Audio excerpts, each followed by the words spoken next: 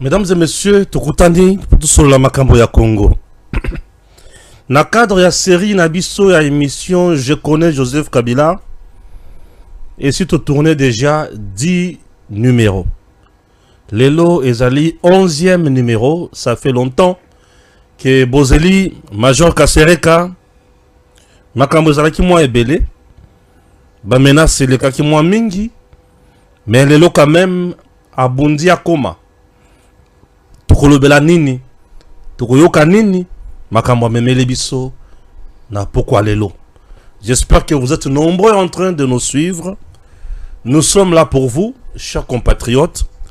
Je dois vous dire que le président Tshisekedi, ensemble avec ses services, Joseph Kabila est déjà asphyxié sur le plan économique. Sur le plan économique, récemment, le service national ou conseil national, il y a cyberdéfense à Kangaka, une dame au nom il y a Fortunata Chaperon plutôt, Oyo aza italienne, mutu Oyo moko ya bato bazo représenter Joseph Kabila, na matali ba entreprise, na biloko ebele. Elle était accompagnée de M. Jano Binano. Les gens qui crient matin, midi, soir. Pour que Jano Binano, aza innocent, batikaye, comme qui dirait le Conseil national de la cyberdéfense, non. Jano Binano a déclaré dans la vidéo que Joseph Kabila est le patron de M23, Tshisekedi n'a plus de longue vie. D'ici là, il va quitter le pouvoir. Jano Binano avait dit beaucoup de choses. Alors, vous devez savoir que le service de renseignement ne fait pas Moussala Yabanamike, Moussala Zamakasi. Récemment, on vient de mettre encore la main sur un général-major, il y a Rad, en charge des opérations de renseignement. Le service de renseignement, ils ont tourné en plein régime. Toka, Major Kasereka, autrement dit, Etienne Tshisekedi Omulumba. Mukolelo akoloba isusuni na 11e numéro qui ça moi micro muke. Bonjour tata. Bonjour, on a journée ngeza bien tenali. On peut sanga makambo bonjour. Bonjour. Ce que faut la pesa kombo tendeni. Boni onde. Bon, boni onde ko. Oui, mama lamu nzalele ke bele na pasi donc. Kombo ngeza ka Etienne Tshisekedi wa Mulumba.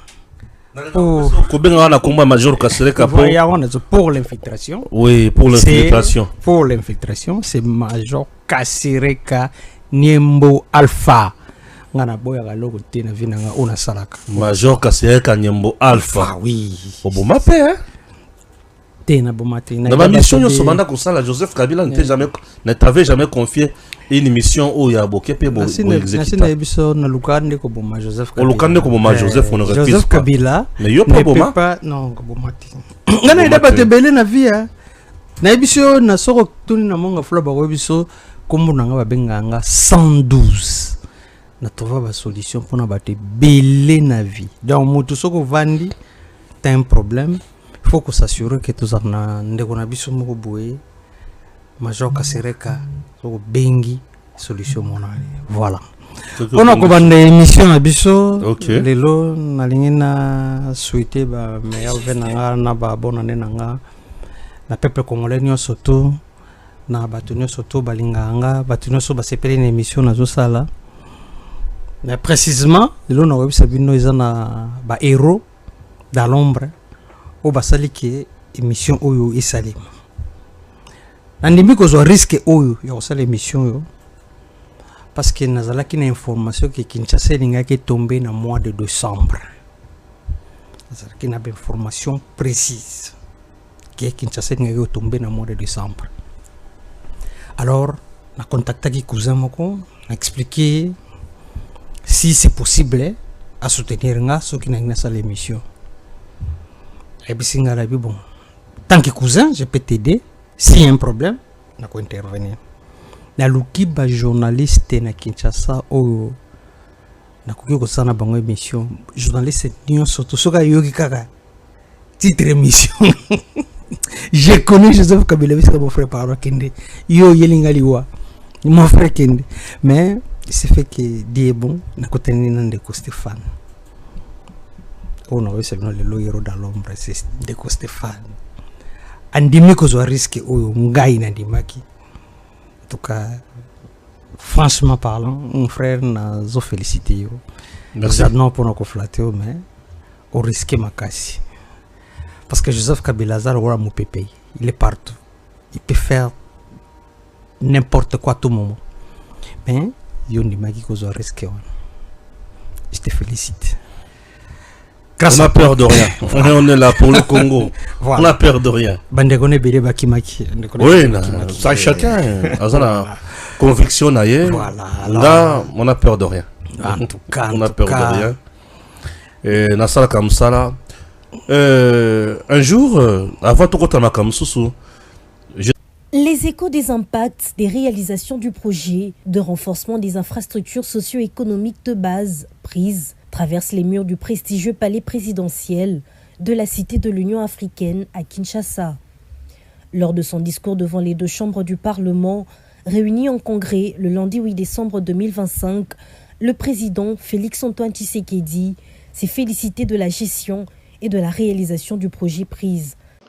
Le projet de renforcement des infrastructures socio-économiques, PRISE 2, financé par la Banque africaine de développement, qui a déjà permis la construction de bâtiments scolaires, de centres de santé, de bureaux publics et de châteaux d'eau dans plusieurs provinces du Grand Kasaï et du Grand Bandundu.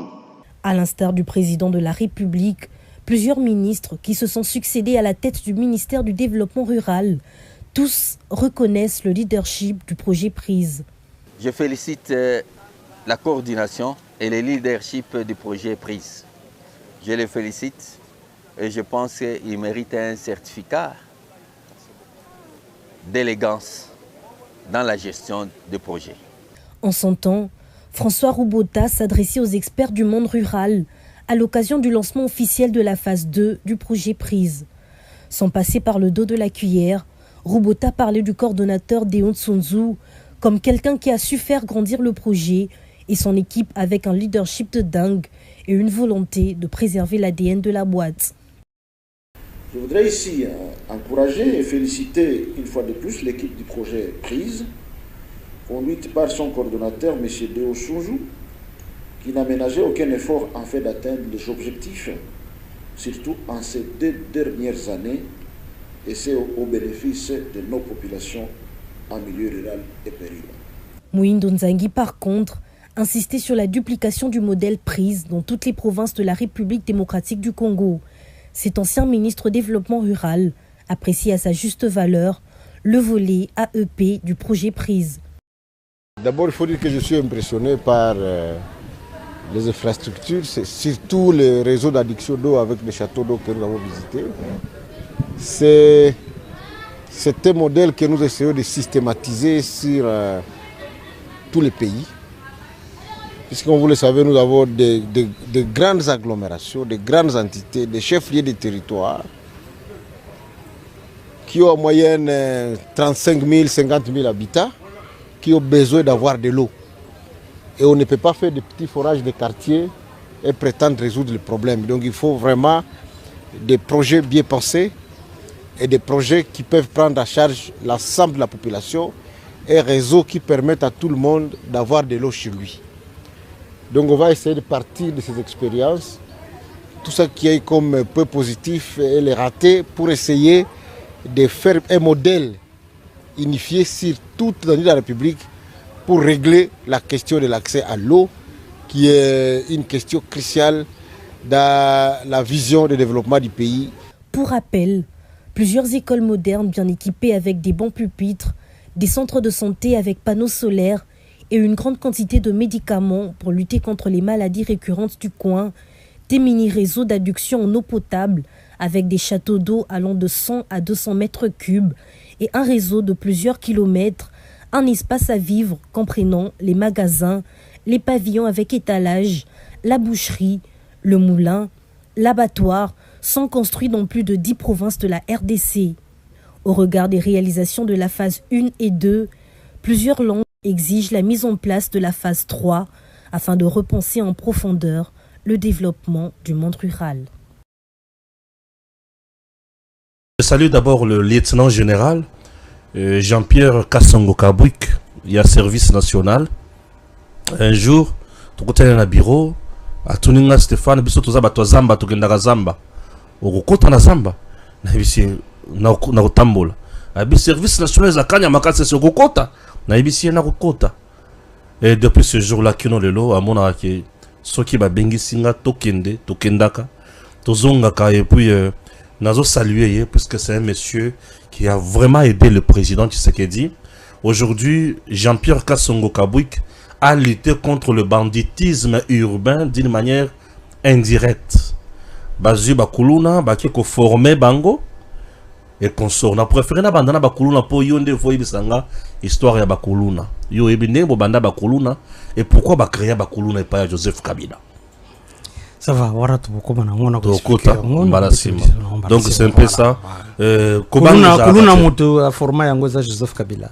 Bato bachakango na exécution ezalaka John Numbi, général Mukutu. Oui. Nde bato babanda ko former Kuluna. Objectif na bango ezalaka nini? Objectif na bango ezalaki créer insécurité. Oui. Pour créer amour moko vers population ou sécurité moko comme ça population qu'on croire na Joseph Kabila makasi. Joseph Kabila savait très bien que bato balinga qui était après 2006 na élection.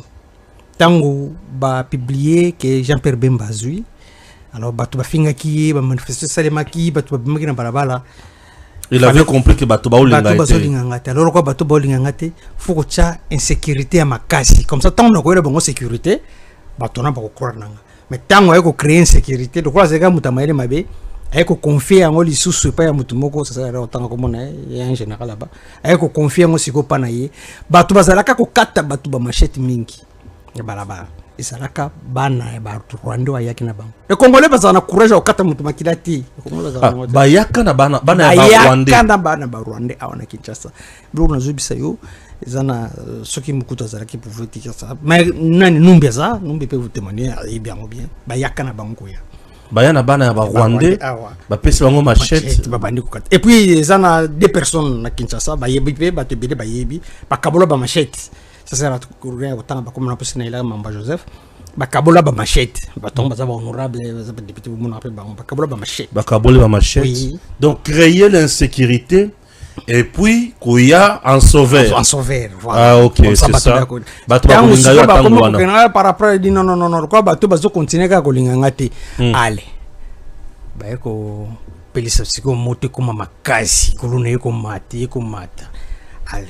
À l'époque, on bah, ko sala, c'est ko, bah, ko pesa ordre na général. Il faut que ça micro, ça la verre, voilà. Allez-y. On bah, ko pesa ordre na général Oleko à l'époque bayeko banako déstabiliser police ezali bidoko babande ko sala na nko ozomona na déstabiliser police ozomona société moko bazana des armes société na des armes des armes bal moko arme moko esala ka arme moko esala ka te na arme moko esala ka na bazana des balles ici on ko déstabiliser société ba ko déstabiliser police soki policier beti kuluna masasi ba ko kanga yo mais kuluna soka kati policier li beaucoup ba ko kanga kuluna te c'est comme ça que et ko zo ampleur ba ko zo garçon mo za ki nanga ba yani chaleur ba ko pesa en ampleur de ko match chaleur azaka na pe perdre ba chaleur la même azwaka ba ko zo ye azaka kuluna ya ngaba zana général moko sportif chaleur papa ngam nazalaka na place wana chaleur azalaka sportif te chaleur c'est un kuluna eza ndenge mona garçon moko lelo komende Didier abi akoma général awa parmi bato bakangi na Goma wana les trois généraux bakangi Didier moko azana mulai ba munda azalaka sportif na yebi na ngaba c'est un kuluna na kama comme général Joseph a commissaire général déjà tinde na Goma kuluna Joseph a commissaire général di mboko zambaka ba vendre papa ça va tout là na ok donc ngana remercier cousinanga mon attention génétique moto pesa kinga courage en tout cas merci beaucoup cousin c'est grâce à toi que na salle émission yo na comité na place il s'est fait que tant na bande émission yo et créer linga ba problème belé ce que yo zala qui peut-être na ngana zalate mutali boso oyo Joseph a contacté ezalaka moto oyo nani Yongo na Emmanuel Kilekato ba contacta bango ba pesa bango mbongo nde bango bakie kozwa PG ya 4e ri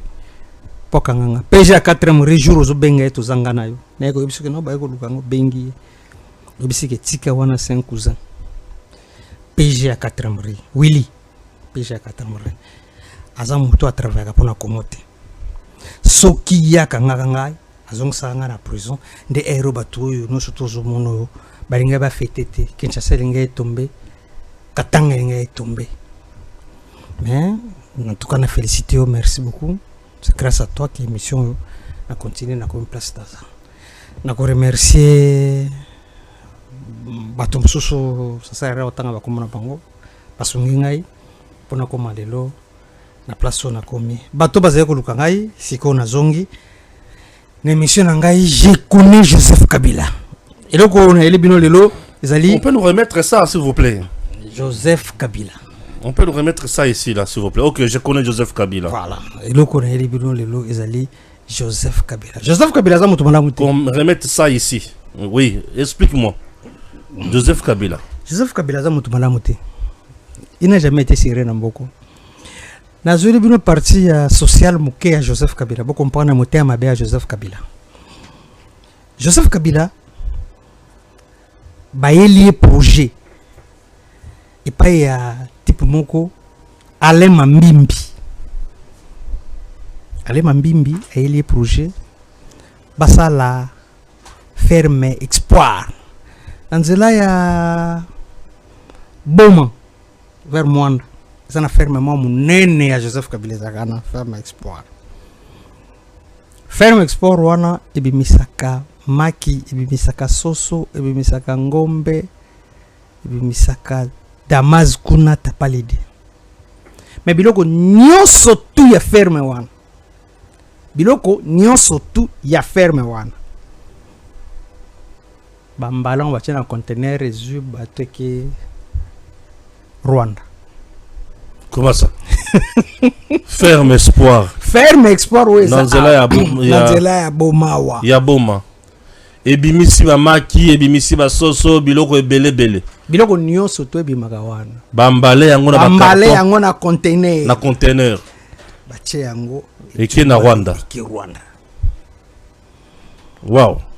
Biloko nyonso tu oyo esalemaka na ferme wana. Na Kinshasa so boluki awa banda Joseph azala na mboko. Boluka place au magasin, boutique, moi kiosque bateka biloko. Banda ko teka biloko ferme Espoir. Oui, on dirait que c'est comme on a et tigala jamais kozala. Ngala pesi bino place ça. Même na matadi ezala kate. Biloko nso bacha on a conteneur, ba sisi ko mbalango ki. Donc mutuloko la Joseph azamutu malamuti. Na kama on mwasi oyo alobaka politique mutu vraiment bon enfin yo nazana ba donner note parce que tango ngana zaki na pepper do zalaki te batu nyonso pepper na za ba donner na bango mutu moko te na pepper na za donner te batu tout o bazana pepper tonga na zalaki na za ba donner na bango parce que na bango nyonso e ko koma na mama moko ale Mambimbi na mundele oyo a contrôlaka Kingakati. Alain Mambimbi azamuta boma retsa boma azali mwatu oyo bailaka Joseph copie ya kosala ferme Espoir na boma. OK. Basala ferme Espoir. Après ferme Espoir ba ko ela e deuxième tour. Ah le quoi ça déjà copa ferme bon ezokota. To sala égal. Alimentation banote kabilo. Oui, égal, je vois. Tant basali égal, po basali égal bazaki na mbongo te. Joseph azwi mbongo na banque centrale. Abemisi mbongo na banque centrale. Bake Namibie.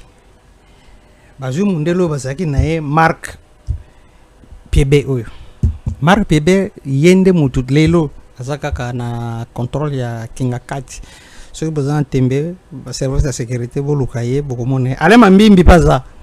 Na rese no place za. Paza na poa lura. Azali bake basali eloko ya égal babandi koteka biloko Mais égal ça maman Olive non? Égal eza Olive te. Olive azana eloko te. Olive azali danseuse bachai wana Olive azana eloko te. Olive azana eloko loba te. On se besoin de sur Olive. Botika mona bataza sur ça. Il s'est fait que basali égal. Égal biloko bani ko kota, Joseph abani ko teka biloko na ye, achangoneti loka mwasi na ye. Qu'est-ce qui va se passer? Tango Fachi a eu pouvoir. Égal, mutu abandaki kosala na égal. Mbongo nyonso tu bazwaka na égal na banque centrale. Au lieu ezonga ti. Mutu oyo azalaka ko contrôler égal ezalaka Albert Yuma. Albert Yuma za envie so otuni maram na zoba na bino. Soki na kosia ko yebisa bino. Mutazali ko contrôler égal ezalaki Albert Yuma. Baye ko cha banque moko ezalaki wana FNB hein. Ndoko mbonga ndengo wana bobo. Mbongo no FG Bank. FG Bank voilà. Ndoko mbonga ndengo soki bateki bazui Bachona FG Bank. Mbongo wana pour que bazongisa ngona banque centrale. Qu'est-ce qui va se passer après avoir kozongisa mbongo nyonso to? Albert Yuma akanyo mbongo wana. Comme na banque centrale te mbongo nyonso zonga na liboma Joseph Kabila. Albert Yuma na yokaka série moko ye moko azaki pe membre na banque centrale. Banque centrale. Il contrôlait encore l'égal il y a Joseph il y a Olive Lembe. Il y a Joseph Olive Lembe za nani danseuse. Il y a Joseph. Il y a Joseph Kabila. Donc Kabila Zumbongo na banque centrale. Va financer entreprise égale. Égal était qui Albert Yuma Zumbongo. Soit des gens qui ne tient na banque. Mais batia on a compte batia ba compte il y a Joseph.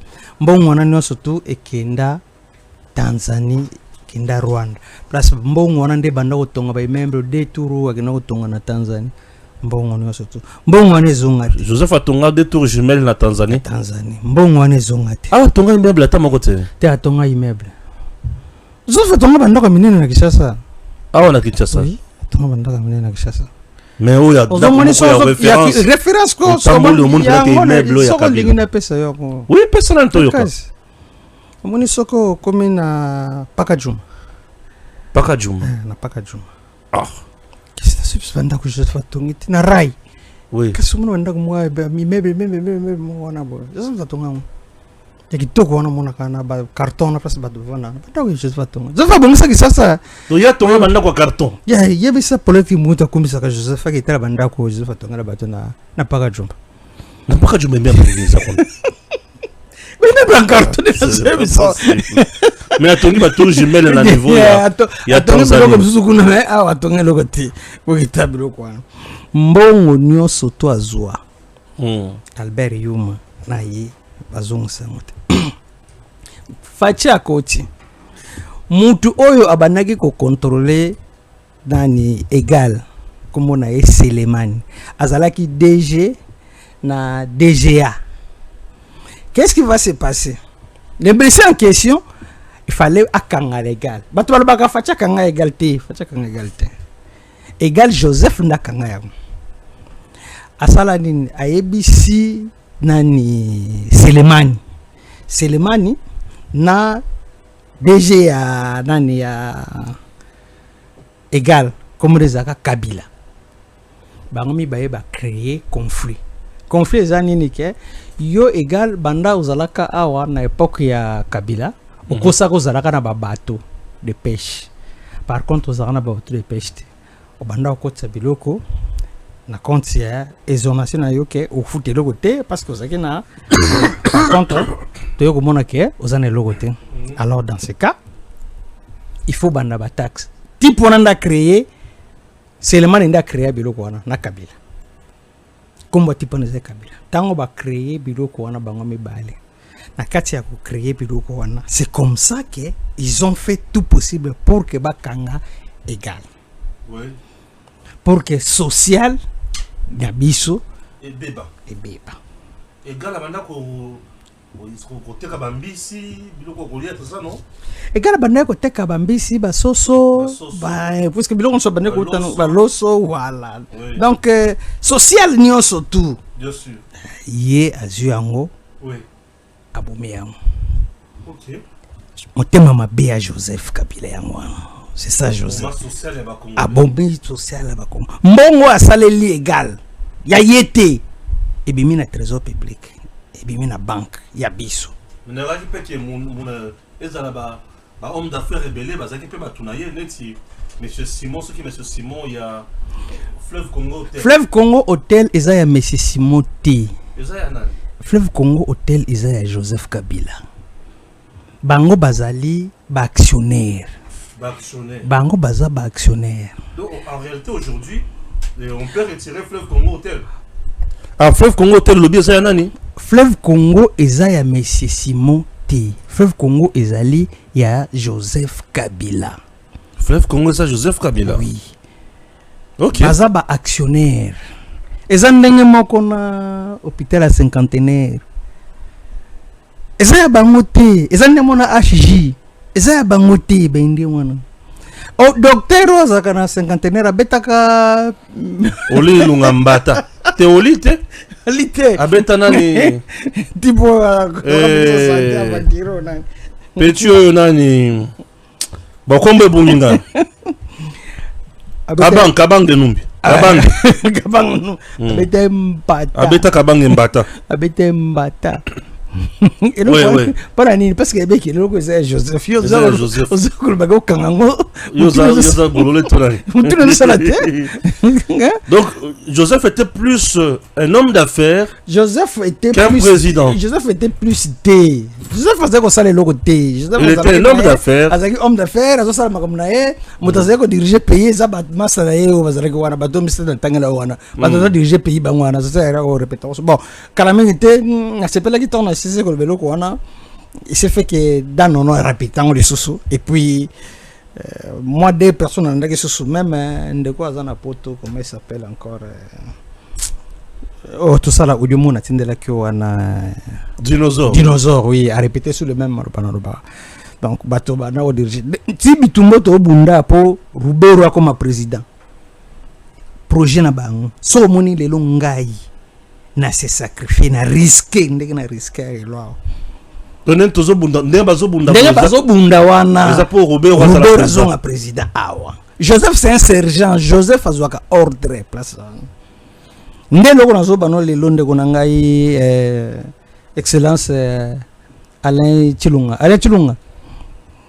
yo za ministre provincial ministre corrompu ba pesi yo mbongo e pay Albert Yongo pour ko sala ngama be metena mutuno ke ngai na ofunda yo to samba nayo comme tungsati nazaka makasi ngana likamuna ko tiga ngo 20 ans est-ce que mutuno ko la seconde mec to samba na Joseph Ndemenge na lo babilo no ngana ko tika yo kimia ale chilo na yo sam ndenge moko na PG Willy zana kimia na yo samba nayo nazana ba preuve na bino nyonso na ngana za makasi na tikela mutu piquer na tikela mutu danseuse makasi na yela bino ba preuve na bino nyonso ya makamno subusali na yebisa bino voilà bato nyonso to bona kawa ba société beleza na Kinshasa eza ba société Joseph ba société beleza na Kinshasa eza Joseph bato nyonso zumuna baza bato passer la Joseph eza na type oyo azalaki DG ya égal ouais. Franck Mwamba tango babomi égal Joseph abomi égal asali deuxième société ya transport nini apesi yango Franck Mwamba eza na poids lourd WKS apesi yango ya bimi logo eza ya yete eza biloko Joseph na bando tanga même biloko Joseph moko baton ba ko sabino biloko eza ndanga mona mutu alinga ko lo papa mpambo nani Kasalo sakona yo nazo pekisa ko makambo ko lo bagara président de la république yo kate mukono vandela yo journaliste ya ngazo ba makambo za s'exprime. Merci. Ton problème na mambo Kasalo sakona za journaliste azako déborder mingi faut respecter chef Kasalo sakona na kwa ko lo ba makambo na yo na ko sala émission mobimba ya yo Boko na loba ba okanga télévision na radio na yo ba kanga na télévision. Ce sont des menaces aux autres. Na zo ko expliquer patron mobimba ya média non, c'est pas ça. Tango ya zo ko manquer respect na chef. A manquer respect na chef ndengini. Tango ya le il faut régler compte. Ce qui a manqué au respect. Président Azali président Ezali voilà. Azali président. Ce n'est pas à toi de régler le compte. Na zo régler compte te na zo bisekaka. Azali président de la République. Oui, c'est normal. Nazali congolais. Ah, ozape congolais. Ça congolais. OK. Ndenge moko yoza congolais ndenge moko congolais ne soto ko sepelate.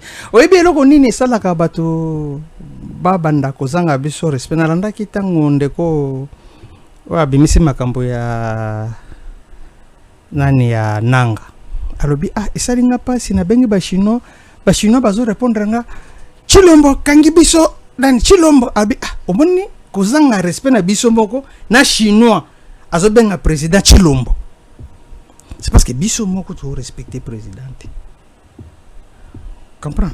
Ngana sina mona yango na betera le solo na victoire bakanga mama moko po mama na lobi keno bozo botolanga mbongo nanga na kobenga Olive bakangi infraction outrage abengi mama Olive bakanga ya. Comprends? Dans la vie, il faut quand même tous à la respect chef. Qu'est-ce que le Sakono a dit? Makamuna ya koloba la président ya ko cha président le président sa camarade né président Mutaloba qui bouillé et a fait ça. C'est ce que moi je n'aime pas. Biloko wana on appelé président Maloba na yo le problème. Ozo poussenga na ko loba makabsusu tinga na vanga. Na bika ke nom na ko ya ko salela na ye ba ko kanga ye na Jean-Marie Kasamba ke ba tuna bango ba télévision me ja nani ko camarade nani a kitenge sa lo bango kitenga lo bango suka na nzela ngana ko lo bango mobimba c'est là. Ça ce sont des menaces stériles. Jean-Marie c'est un professionnel qui se bat, qui a un grand média. Christian Sakono est un grand professionnel également. Bah on se battre na bango. Ils peuvent émettre des points de vue. Je ne vois pas pourquoi. Il faut que ça passe. Non, non, non. Bon, ça va pas trop ba média na bango, mais yo zéro le bao ba média au lobani sur ba média na bango. Ba média na bango. Il ne faut pas ba bandako le bakabilo ko oyo eza vraiment que repousser batou na ba makanisi ya mabe, c'est pas bon. Faut te ba ko respecter. Tous en état de guerre. Na minute yo mutunio surtout congolais nio surtout. Il faut achama kanisi na ye na pour soutenir président de la République pour soutenir République. Il ne faut pas achama kanisi na yo pour na diviser République et vous allez bien. C'est ça ce que moi je voulais juste te dire dans Cameroun. Voilà. Je voulais te dire makambo ya Joseph Kabila. Joseph Kabila asala ba makambo ya mabe ebele na kati ya mboko. Oyebaka bato amani. Bato amani na Uvira Kalemi je connais bato amani Tanganyika. Bato amani bato basala yango eza ba Congolais. Ba Congolais ne mutu basala bato amani. Bakinois basala yango azwa bango awa na Chanik Metal. OK. Asi na ebisa yango cousin plusieurs reprises que tokoza na biso na besoin ya kokende koluka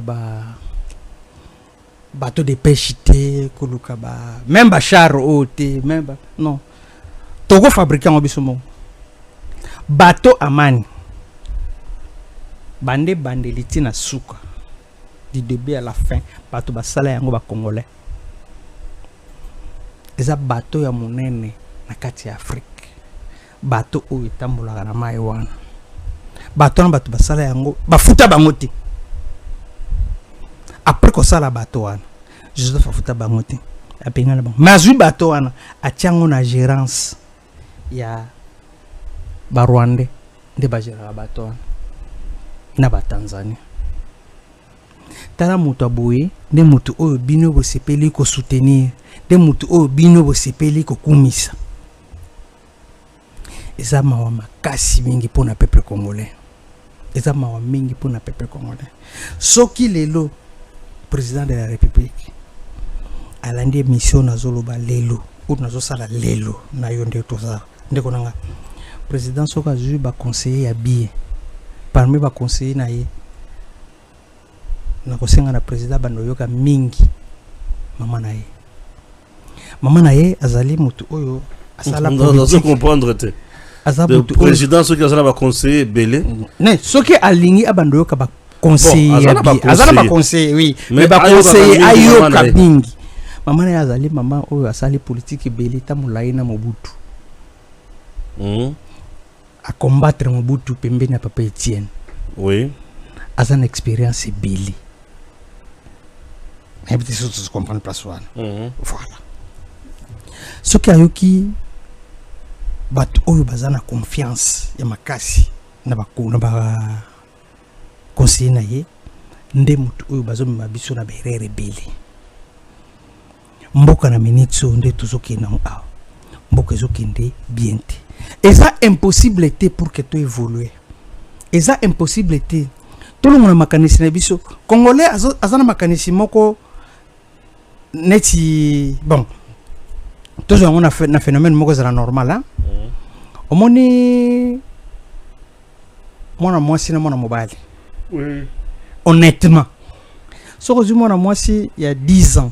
Kozu mwana mobali il y a 10 ans. So tiki bomba bundo bina na obeta mninga. On dirait à mwasi ya robeta mbali. On dirait que ya solo ya mwasi robeta mbali. Oui bon. Na ebita. Mwana mobali za kama kasiti mwana mwasi beta kaya. Nazo zo ngone experience na ngamoko. OK na musika. Kabada obeta on. Yo lemba kutu. Zela na ebisa. O nazo ba ezali solo ya solo na monga fula. Zaka na mwana mwasi comme ne Solange.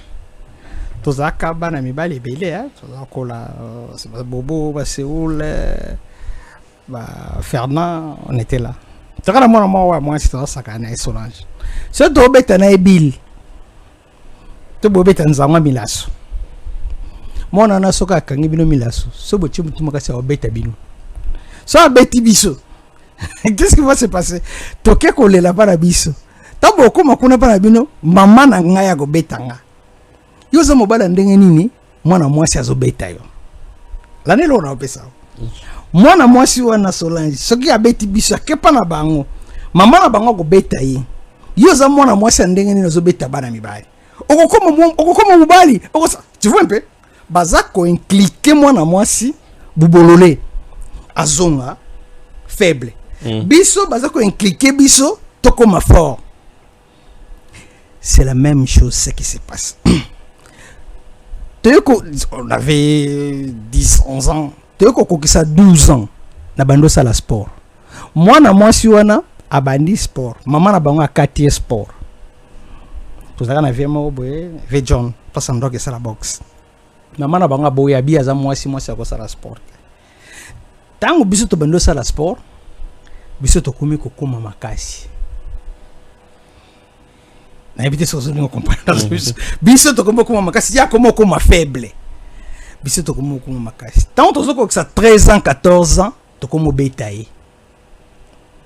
Malgré to zo betaye. Mais ce que Solange la kangi on a pantalon. A tozo beta makofi mon frère yogo lemba ye na lembite. Moi yemo comme so je te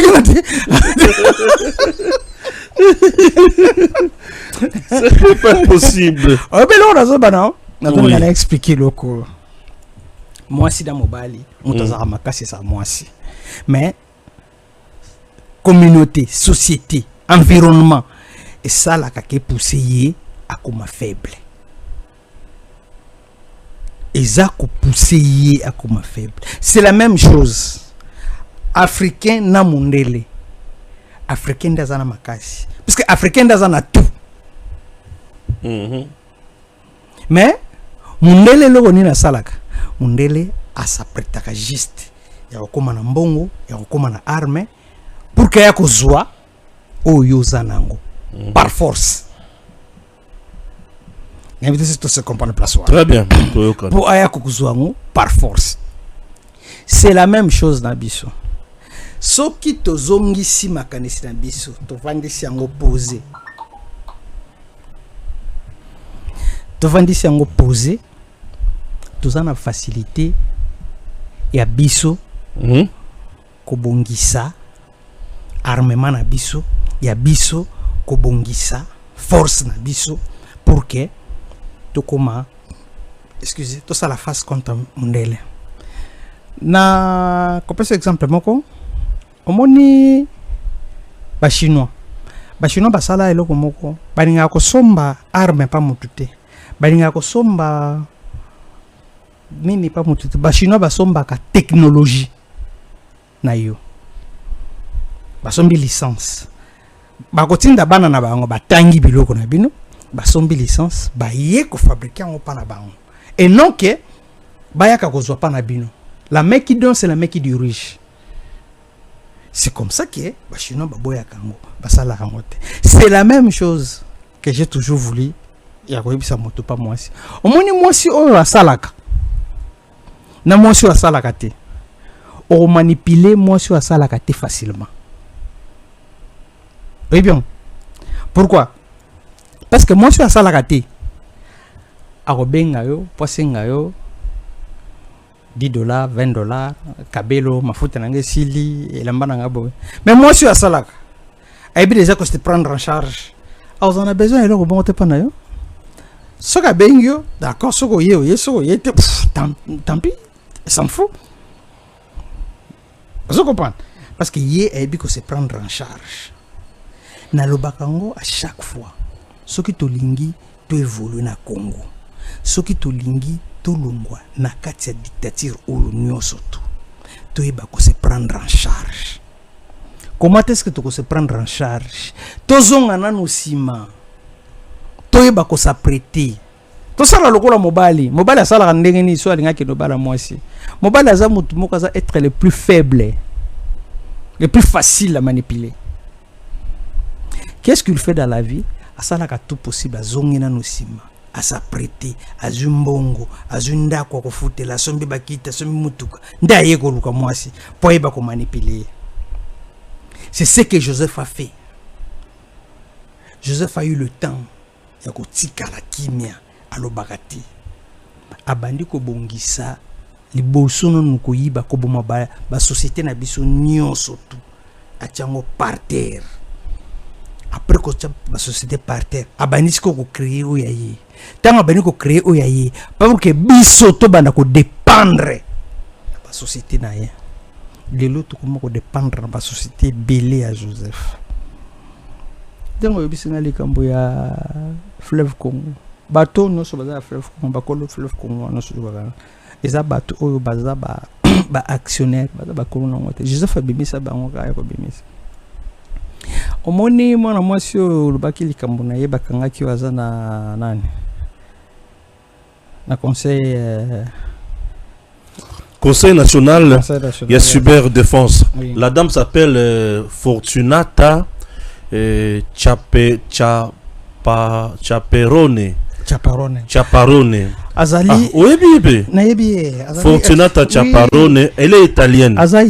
Azali consultant yemta kiparama mambongo ya Joseph na Africa Shopping izina ba arme oyo yemta kiparama mambongo nanda Joseph tina lukai na bandenge nyoso tembe oyebi wana betana le Chaparone na kokoma na hela kiete tawana la ndaki na television vi atala makambo mama kayo ana na koma ki pesa na fo wana koma ki place wana ngana yebi bango bakanga ki na CNC.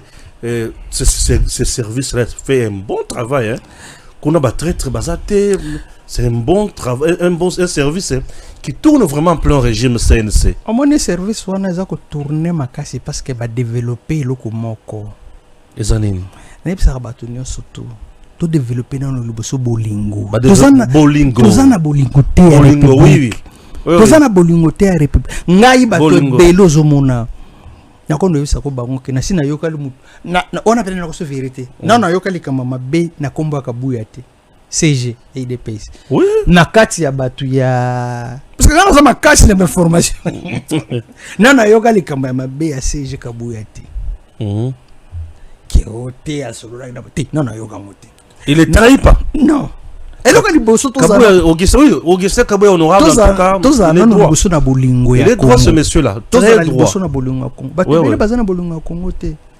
Toujours Chaparone. Na yebi bango nyonso tu. Na pesi ona jamais bien. Papa ngasa na mutuna zangu yeba jana binano soko tuni nani mona tantine jeni chika na pesa ka avant bakanga ina zo sabango makamana tika tolo fungula na mamo non wana ko tikate ndeko nanga yebisa biso baza c'est parmi les réseaux ya Kabila baza réseau Kabila baza batu oyo Kabila financaka omonde toza boye et donc on même prédisait même la mort je sais que avant le 17 mai il faut kufa na lobiango awa pana on a biso bi président azana ba piqué. On vient de me dire que non, ce que moi passé à Bato Kanga piqué. Président Zana ba piqué pembe naïe, Azana ba danseuse pembe naïe. Bazé belle, ne bazana ba yebinga, naïbi bang. Comme non bloqué. Il faut que soit bateau non bazar busuna bolingo mboka. Ce que to lingi mboka na biso to ko traiter ngoti. Ngai na linga Congo, ba yelanga mbongo boye.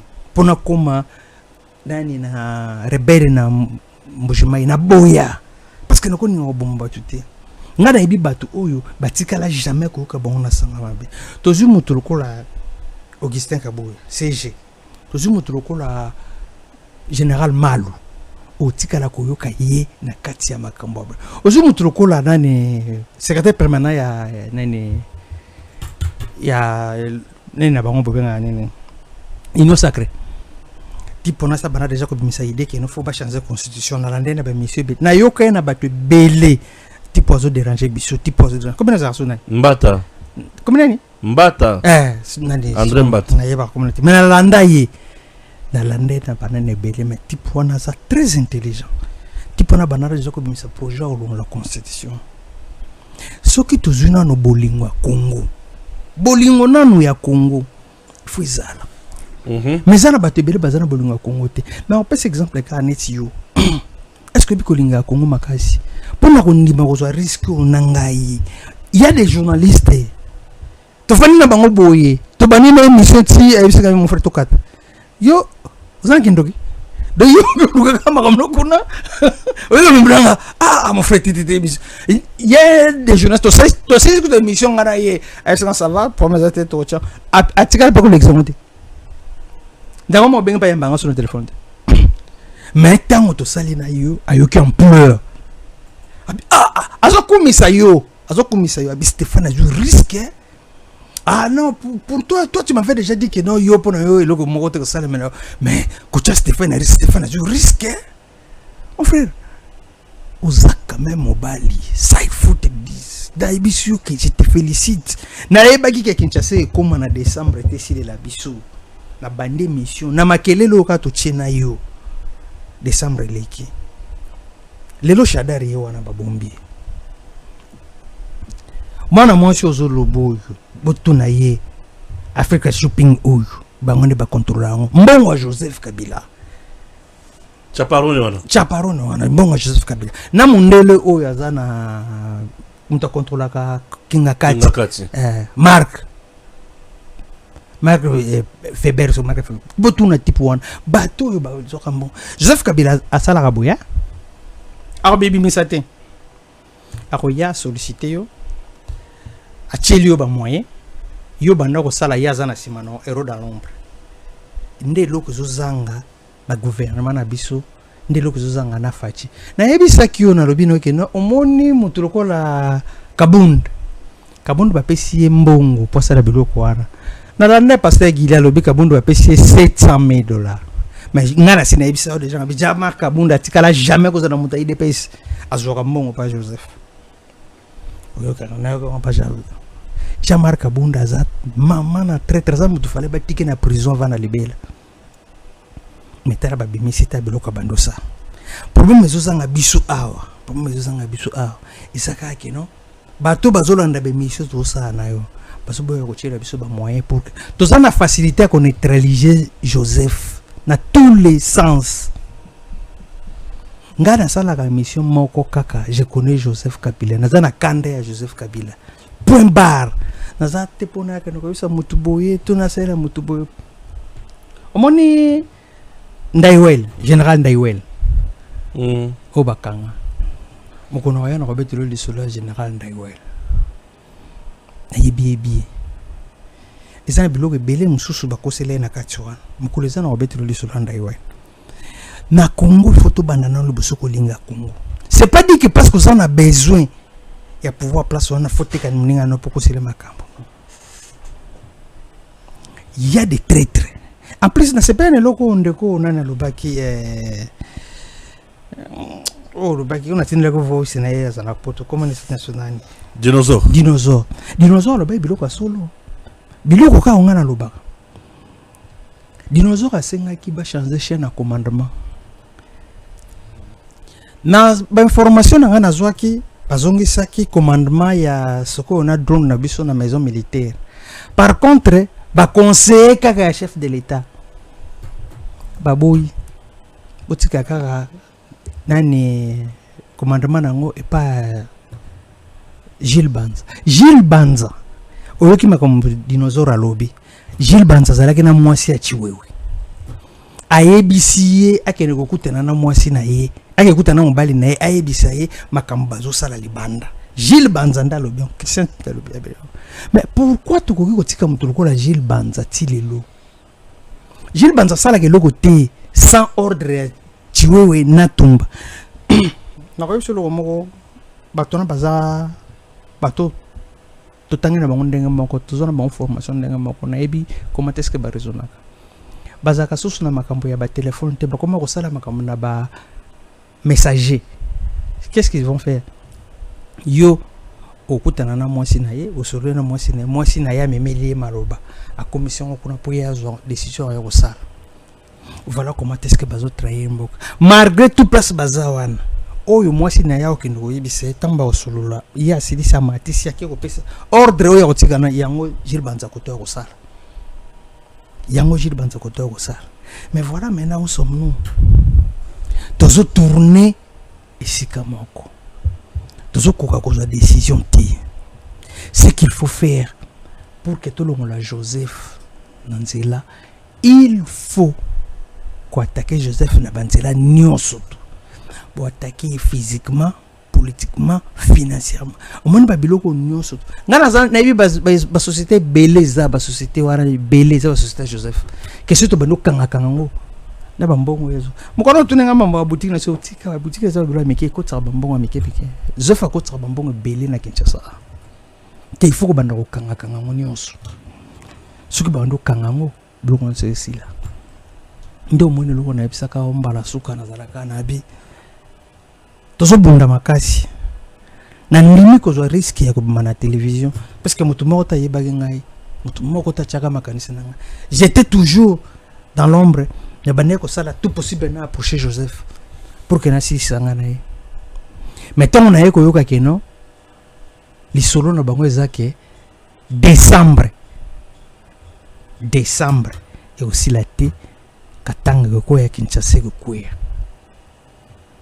on n'avait pas d'autre choix na beti ba porte belé hein na solo lina ba te belé n'expliquer ba konde belé ba on ko ko ngate mais tant on a beti on a télévision les lo bango belé ba su ba disposition grâce à oyo biso to lobi grâce à oyo biso to sali mais pourquoi pas condiment que non ba to bazo sala musala bien to tcha bango maboko pour que ba meka ko évoluer les lois n'ont pas coûté place là les athées banana kima ce que mon engagé tam belé je pense depuis les dernières émissions de ça qui mais qu'on le qui moi belé na ouais dernière émission je pense c'est ça que oui dernière émission de ça qui c'est là qui bah les 21 les 22 comme ça non je ne sais plus voilà donc j'ai vu ce temps belé c'est parce que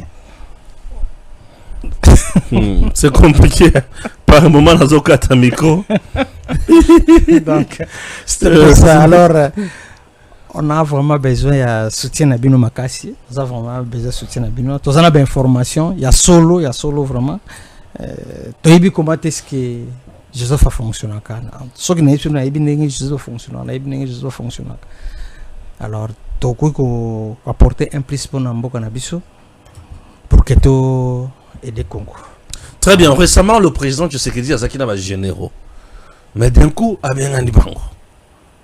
Entre-temps, même le chef d'état-major général était là. Mais pas un bango, ils ont ces informations avoir été. Et ils ont essayé de Yakovanda Bakei. Est-ce que bakoki ko balokela été? Soda za lokola machine. Azwaka ordre.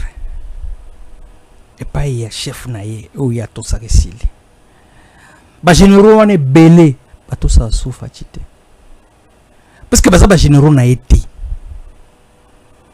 Ça j'ai dit ça et nazota la caméra en face. Ba généraux wane belé. Parce que ba généraux ya fachité. Ba to sa rapé fachité. Fachi tant que président de la République, il faut longola ki motema malamu. Moni joeli ki tenga lobeke lo mo lobi musa soda eza musala malamu. So moto ki te foko bomaye. Fachi azana pouvoir. Na ebisio parmi ba 3 généraux o ba kanga ke ba koiseki nani Goma wana. Parmi les 3 généraux wana azana garçon mo ko mona na Pichen. Azamona ngaba. Alongwana bu civil à côté musa soda peta le bosso à la général. Lelo yewana za général major. Parmi les généraux bakangi wa. Facha ko ba soda o abimisi. Aponi na kati na bango ba soda ba ofit. Toza na troupe. Toza ngane commandement. Toza ngaka commandement si le pembar. Na commandement fozo mutu alingimboka. Soka lokika kana kati ya basoda na yo abimisi wana. Basoda confiance bazana kati. Aponi apesi bango ba directive na ye ou ya lingi ba osala musala. Comment expliquer yo ko keno kozwa le même batu bango moko babandelaka même likambo. Toujours mutoko général Chiko ye moko ko isa kati ya mboka. Parce que Chiko azalaka ekoyaka. Mboka nyoso général Chiko na 40 mboka monte. Mboka nyoso général Chiko azalaka ekoyaka. Est-ce que beaucoup ba général Chiko uta yebite faut que général Chiko uta wapi Chiko za batu moko na ba Christian Chiwewe pasa batu mana mute comment beaucoup zo bango bozo zo mutu kwa général Banza na lobby na bino na télévision awa na lobby awa ke général Banza aza mutu malamu ti Banza zo kaka ordre ya Christian ti lelo Banza zo kaka ordre tango nani auto lo bango na tapoto kuna dinosaure lo bien dinosaure bombe konte abengi mamba civil dinosaure lo bien. Comment est-ce que bino bozo boya ko linga mboka en fait je ne sais pas nga quelque part bon kaka makambo ba nationalité on to zobanga ko lo bango to tika ngo mais ce que tu as fouillé na bakati na bango bokuta ba nationalité na bango za ba nationalité mo douter parce que ce que ça na Congo moko o mboka kaka moko o neti biso boto za na place okende te mon frère ngai avandi tamulai libanda Congo na ebinde basala ka passeport a bangula na ebite so bangula Éviter passeport à Bangola. Passeport à Bangola, le passeport ya français. Bon, les gars, photo dans donc nazaka na fruiture nazaka tindiker nazotinda batu na poto na bandengwa donc na koza na ndako nanga pepe na ba 30 à 40 passeport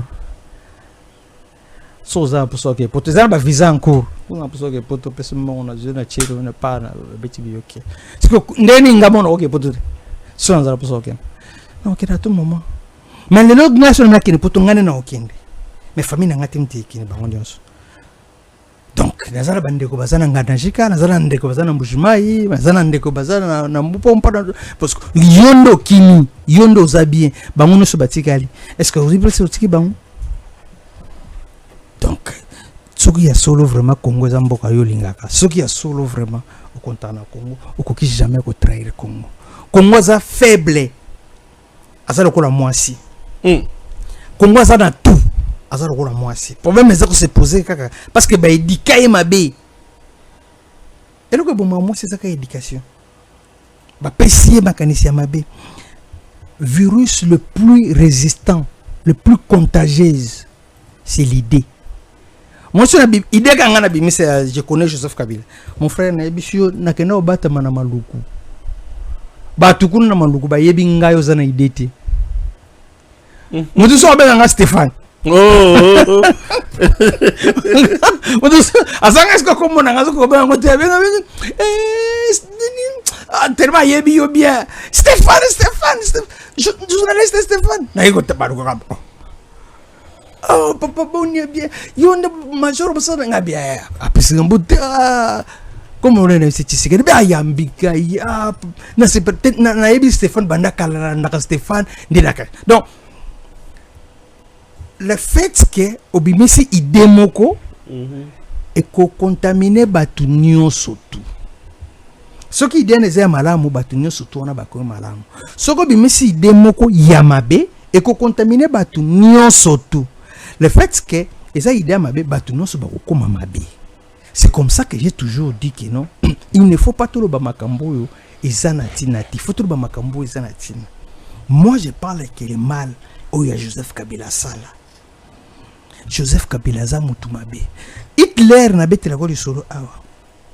Hitler abomaka batu parce que azwaka lisolo oyo ya protocole de Sion, protocole de sage de Sion. Muta komaka yango ezalaka empereur ya Russie.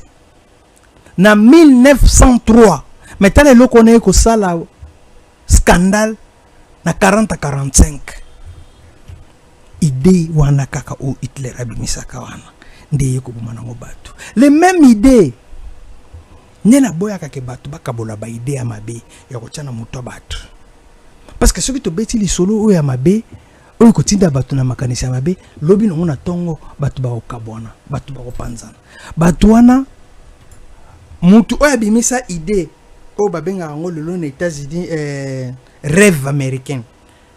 Mutabimisa ngoza George Washington. Na neni ti lelo États-Unis tikara na idée wana. Biso peso ki lelo ndenge to vandi boyo. To bimisa idée bien ya kolinga mboka. J'ai toujours dit ça.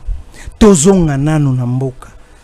Tolingana nano liboso. Soki tolingina na mboka na biso, tokotonga mboka na biso kitoko, ikokende kitoko. Idée o président bimisa kaya Afrique d'Allemagne wana eza idée ya solo pe ko salema mais le fait que Congo zo vivre ko la moisi nazaka na posa ko sala émission moko boye ala long to sala ngona yo comme le titre nango ko sala restauration des droits de la femme moisi eloko sala ke moisi atelengana no se tona parce que ibaka ba droit na été moi ça zaka na ba droit te zaka na ba devoir soka yebi ba droit na ye biloko no stone ke sale maté et loko zino ko libiso na Joseph Kabila mingi c'est parce que Joseph a intimidé biso trop Joseph a kisi biso komate skaza munene koma asali biso neti Mobutu ba toli solo Mobutu na naki pasteur Gilia lo bakelo ko boka lobi papa moko a chaki elonga Mobutu na RTNC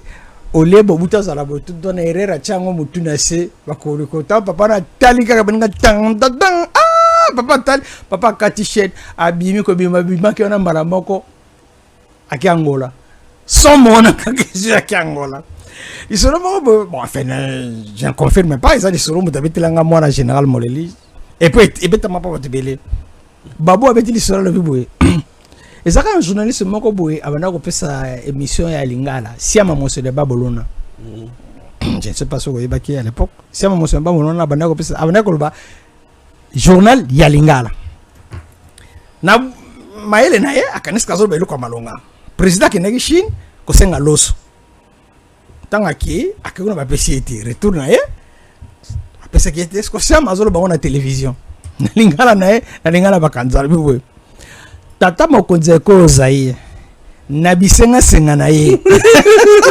akineki ko senga loso mboka sini kuna ne ba mopimie yango mbama bakati télévision sali loso basodo bazaleka wana babengi yo zobenga papa mokonze ko zaye bisenga senga ya ba beta sama mosora ba mona ba mukie liboko siko eloko wana etikala itopi ngama kanisa batu okoki ko tanga koma Mobutu pa mapomba yo tanga koma Mobutu siama mosona ba molona lo baka kutu papa mokonze ko zaye na bisenga senga na ye akende ko senga loso mboka sini kuna nde ba mopimie yango bakangaye babeti bongo yozo le la télévision pour le comment c'est ce que j'ai dit qui non makambo que ça le sako na zolo beza bien il faut respecter chef tant le que nous as journaliste zo des fois oui asa journaliste mais ba journaliste ne sont pas les caractères télévision ba le baranet yete na yena jamarika samba bango ba tikala jamais ko ba loko za la tout droit faut ka ba chrétien faut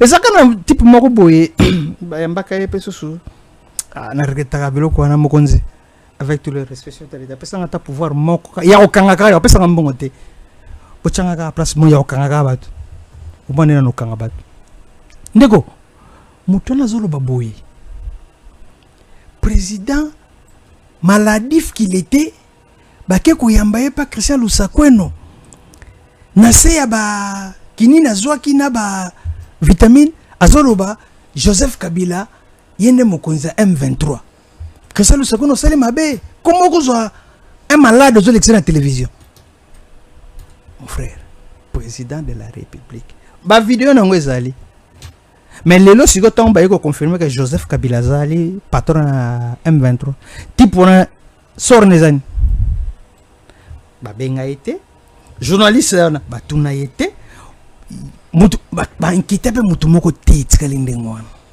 C'est comme ça que lobina tongo mutu mususu lobina tongo mutu mususu ko yakoloba uzoba neti oyo mwana oyo mususu tani oza suki belena mande facilité bo ko beza so nani Marlène vous voilà biboye Joseph Kabila na 19 ans akutaki ba groupe armé nani ba oh nini comme nanga zakini RCD Goma ba nini Joseph et Félix azobenga armé oyo armé ba clochard ya kutikutu armé Joseph Kabila kutaki armé ni na 19 ans Marlène vous na répondre yo kasi na loba yango awa papa Joseph Kabila atikala jamais kukuta rébellion na Congo rébellion ezalati tous les rébellions je précise ce qui te me botuna Thomas nani wala baka Thomas Luaka botuma Thomas Luaka botuna eba armée bango baba neko zwa tanza na RCD ravitaillement bango uta da armée na bango Joseph Kabila notre mo armée Joseph Kabila mutasala RCD Goma nyons RCD KML RCD Joseph mutasala baka tuna yeso ma sona na kosi botuna ya répondre Joseph Kabila kutaka nani te MLC à Jean-Pierre Bemba boke tuna yeso ki bango nyonso mel bazaka contacter parce que on va dire c'est ça wana Félix Tshisekedi président de la République a coûté et le comment côté tous les généraux bazawan sur 100% ba généraux Fachi Sokazana général wa yoke la kaye directement dossier azo yokaye ba koza la pas plus de 10%. La plupart travaillent en Rwanda. La plupart travaillent en Rwanda. Alors, il y a que Joseph Kabila, tu n'as jamais consacré sa moka. Parce que Batouana, ça n'a qu'un bango, bandé. Na émission n'a pas bosso dans le bango. Na autant le bakom na bango comme sous au tchétembe. Na autant bakom na bango na PC on pas Stéphane a publié un comme ça botara bakom Batouana nion sur tout. Place bango bango sur autant. Hein? C'est important. C'est bon, j'espère que pour aujourd'hui on peut s'arrêter par ici, non? Bon, en tout cas. Oui, on a dit quand même l'essentiel. Oui. Pour aujourd'hui, comment il a détruit, comment Joseph a détruit. Chers compatriotes, on est toujours là. Torozonga Simate, le service national fait ses merveilles, dispensé chez Investiment également. Et Zaliwana Ponabino. Il est temps d'acheter une parcelle aux États-Unis, précisément à Dallas, une parcelle à $50,000, mais vous pouvez d'abord payer 5,000 et le 45,000 au payer Yango pendant 30 ans au Silisa Yango. Ce qui aussi au sombe le pango. Bakoki kotongela yo par une entreprise. Et cette entreprise, au kofutaka 30%, il y a coût global, il y a ndako zanango posa batongela yo. Le reste, tu as 30 ans pour payer. Petit à petit. Tu as deux occasions. La première, tu peux envoyer tes enfants aller vivre aux États-Unis. Ok? dans les meilleures conditions, puisqu'ils seront pris en charge sur le plan éducatif et sanitaire. Babeli, bazu soin, balingi batanga, batangi ofele. Si tu ne veux pas ça, tu veux faire des affaires, c'est génial encore. Il y a des agences qui vont t'aider. Il y a kocha bandako wana en location. Mbongo bimakandambo, ofuti, na bato batonga kindako. Mbongo mususu ndambo, ofuti na bato batekela kio lupango. Et mususu, bache na compte na yo, tu es au Congo, compte Zovimba. Compte Zovimba, aux à l'aise, pendant 30 ans. Tata maman, il est temps de faire des affaires. Il est temps de réaliser un rêve américain. Comment faire pour arriver aux États-Unis? C'est simple. Mairie à Dallas, et continue de la invitation. Et ces documents-là, tu vas mettre ça dans ton dossier que tu présenteras, que tu pourras présenter où c'est. Dans le niveau, il y a ambassade. Bakopeso visa, na péteignos. C'est une bonne occasion d'aller aux États-Unis. Et dans la condition Longobani. Ne ratez pas cette occasion. Ba numéro Ezawana. J'espère que vous avez affiché ba numéro. Ba numéro Ezawana. Il faut voir cette opportunité. Saisissez-la. Elle est là pour vous. Je ne blague pas. Je sais de quoi je dis. Makambo eza pour Nabino. Ba numéro Yangowana. Bobenga. Beaucoup tana bango. Bala kisabino. Récemment, les 5, les 6, les 7, les États-Unis dans le mois de décembre. C'était génial. Ils ont visité les choses. Bamoni Bikamu ici, Bamoni Bandako. Nous ne blaguons pas. Il y a des villas déjà prêtes à vendre, prêtes à payer. Ceux qui ont des villas, ils ont déjà bâti en Wana. Ceux qui ont posé au somba, au sombi. Bandako Yamine déjà batonga bilo kwa kitoko eza. Il est temps de faire mieux. Et il est temps de donner la main dans Makambo ya boy. Voilà. J'espère que avant de chuter, si Maya Kolanda Makambo Mutu yane Molandi, tout ça n'a pas ça de chuter si quoi. Na Makambo sur le bakia on a préféré qu'il n'ait que autant le bas moins mingi, na banzi au lobby. Il fallait qu'il n'a pas paix qui vient à paix maintenant pour des missions et l'équilibre na système à marathon. Avant yo, je voulais qu'il t'ait peu les kaki. Dites-nous. Au tout cas le bas ah qui fachi, on a ba conseiller belé. Mais ceux qui ont posé à Yoka, ba conseiller Malonga, Ayoka maman Marthe, Ayoka na maman Denise Nyakero. Pour nani le bongo. Bon, honnêtement, mon tour surtout ma vie, hein, azalaka na talon d'Achille. Point faible naïe. Talon d'Achille naïe. Mon tour a kosalo ma bête na vie. Vie na mobimba. Et sa maman na yo, et sa moi na yo. Oui, bien sûr. Voilà. C'est comme mutu o ya lingi pokongo bonga foli bosono to linga yango. Pokongo bonga foli bosono to linga yango. Bato balinga ka fachi. Non pour sa président. Mais pour que parce que za mutu. Ba yebiye parce que za mutu. Eza maman na ye. Eza maman Denise. Pour la maman Denise, zelana nakata o mukie place wana. Tu sais na vanda rabozeki na utala maman Denise Nyakero. Namona kaye na ba dimension moko oyo na ezalaka passe pour exprimer yango. Voilà. Imaginez que maman Denise azo immortaliser moi si à Mobutu. Voilà. A qui rendre visite. A immortaliser a qui rendre visite. Voilà. Natala na de comique qui tse ya motindo oyo. Et le quoi liboso. Et le quoi mi balé un grand projet comme Excellencia.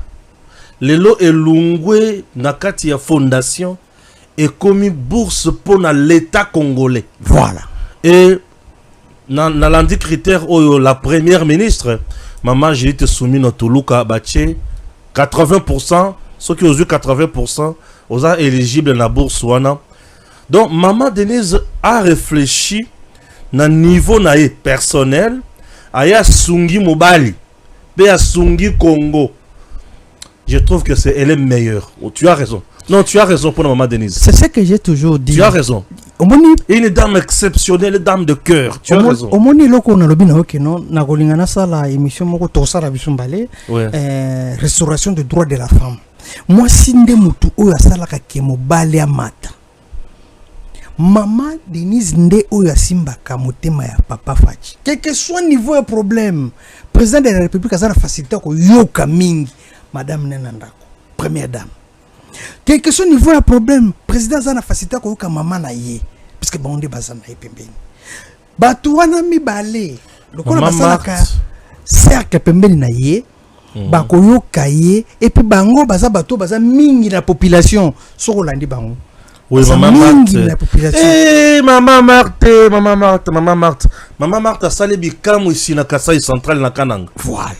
Babengi ngai ba yebisi ngai awa na Kananga, c'est maman Marthe ou rien. Je me suis dit je vais faire de mon mieux pour aller à Kananga Koluka. Na sala ba reportage na bikamu sur maman Marthe a salé na Kananga. Je ne dis pas quelque chose aujourd'hui, mais je vous dirai. Maman Marthe le copé c'est ngai pa na ye ezake.